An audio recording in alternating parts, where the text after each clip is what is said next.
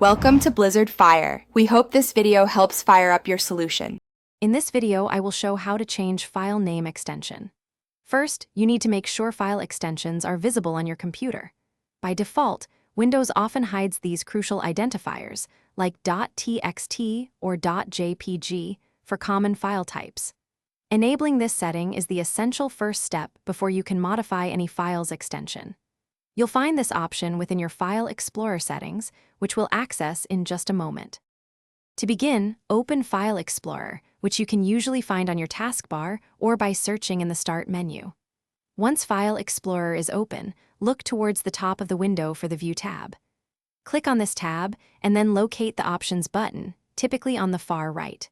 From the drop-down, select Change Folder and Search Options to open the Folder Options dialog box.